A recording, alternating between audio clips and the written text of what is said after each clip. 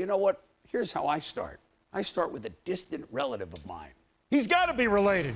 Croy Bierman, Atlanta Falcons against the Browns, because the big guy can motor. The tip, the pick, the dive. No rumbling, bubbling, stumbling here. He's gone, the hat trick and the touchdown. But the Browns certainly would respond. Peyton Hillis. Charles Godfrey, get out of my way. Touchdown, Cleveland. Atlanta Falcons had a heads-up season when Matt Ryan was picked by the Niners' Nate Clemens. Roddy White saved the day, forcing the fumble. Loose ball, Falcons recover, win on a field goal late. Heads up by Roddy. Now you want rumbling, bubbling, stumbling?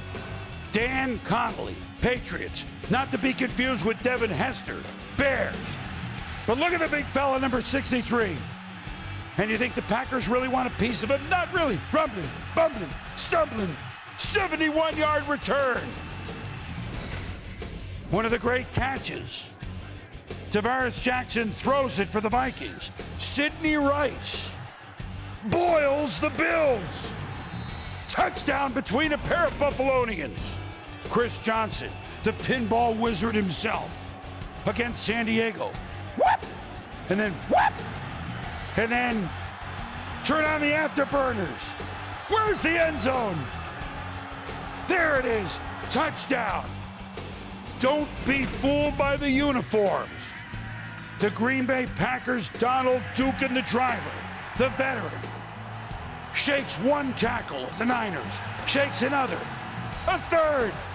I smell end zone. Touchdown, Lambeau leap, no matter what he's wearing. David Garrard, can we have a Hail Mary, please? Texans Glover Quinn, knock it down. No! I want a Glover that won't drive me crazy. Mike Thomas answers the Hail Mary. Jags shot Houston. Hard to get better than 12 seconds to go, 31-all, Deshaun Jackson, Eagles. The new miracle of the new Meadowlands. What? Gone! Game gone. Down 31-10, Eagles win 38-31. But you up the ante when you go to the postseason. And playing against the defending champion Saints, Marshawn Lynch. 1, 2, 3, 4, 5, 6. How many Saints get out of here? Then watch the arm. Goodbye. Touchdown. How loud was that crowd in Seattle when the Seahawks ousted the champion Saints, thanks to the run they now called the Beastquake? Loud enough to register on the seismograph at the earthquake tracking station a quarter of a mile or a half a mile down the road from the stadium. Amazing. Saints were out, door open for Aaron Rodgers and the Packers in what will happen this year in 2011. Ah, isn't it nice to think about that again?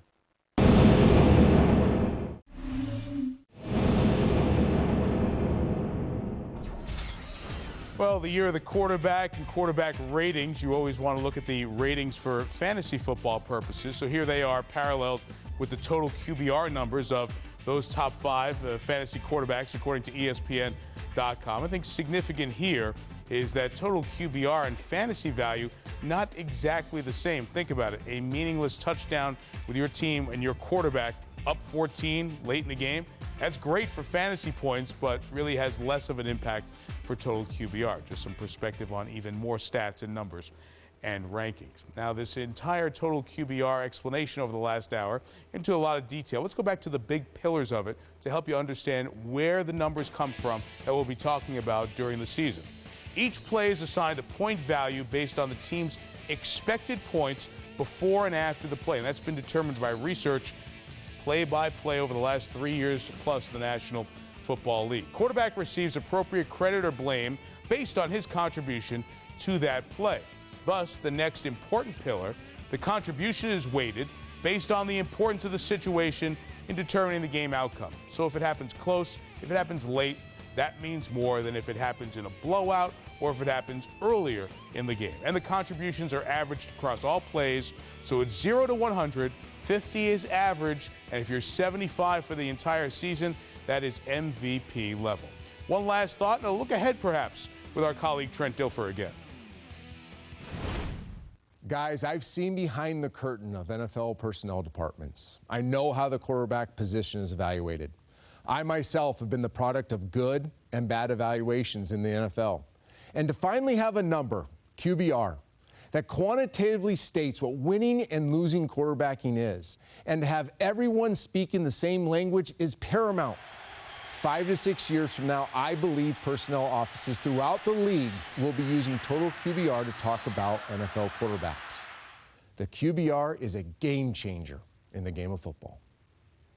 Our thanks to Trent. I think you can tell Trent's passion for this, and we certainly can't speak on his level, use those words for Not sure. John, anyway. But we want to tip our cap not only to Trent for all the time he put in, but our ESPN stats and analytics teams, which have done a great job in putting all the data in, and we'll be watching their work as we go throughout the year.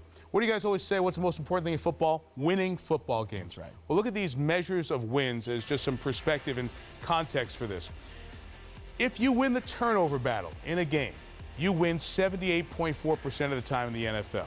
The quarterback with the better NFL passer rating, the system that's been around and will still remain around again, 79.4% of the time. But looking at the QBR era here, since 2008, for all three of these factors, if you look at the team who had a quarterback with a higher total QBR, 85.7% of the time. Pretty strong measure and indication of winning. Coach Gruden, I started this with you about an hour ago, admitting you are not a big stat guy. What do you think as we've looked at how this thing is put in the formula and comes out with the number? I do like the fact that this is much more comprehensive than the former formula. But this I do know. I don't care how you rate them, Ron. Those guys at the top of the list are the best quarterbacks in the world. I don't care how you rate them. You get a great quarterback and you survive in the NFL. If you don't, good luck. You know, I love that last panel that we had up there because it showed the winning percentage of a quarterback when he plays well and how important the quarterback position is. And I've said it since 1990 when I retired and came to ESPN. If you got a quarterback that's playing well, you're going to win championships. And the QBR rating system validates that. If your quarterback plays well, you're going to win. And I love, like John said, the comprehensive system that's now in place. And it's going to be great to evaluate collegiate players for next year's draft because it evaluates all their action plays. Yeah, and there are other positions on the field. And talking with the guys who've put such hard work into this, really in the lab, there are future applications going to individual players, units, offense and defense. I think over time we'll see that. It's not the be-all, end-all and the perfect answer, but it's a new system. It's pretty fun to unveil it with you. For Coach and Jaws, Mike Tirico, thanks for watching our Sportscenter special.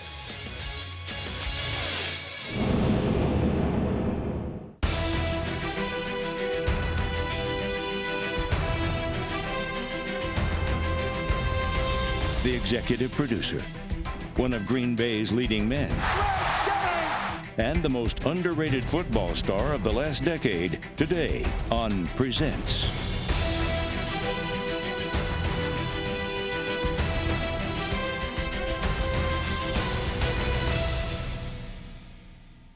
There are three things as far as I am concerned. One is the man's family and his religion, and number three must be the Packer football team. And this is what we want. Vince Lombardi would have loved to coach Greg Jennings. It's God, family, then football for him, and each one of them gets the same type of attention. is yours, Lord.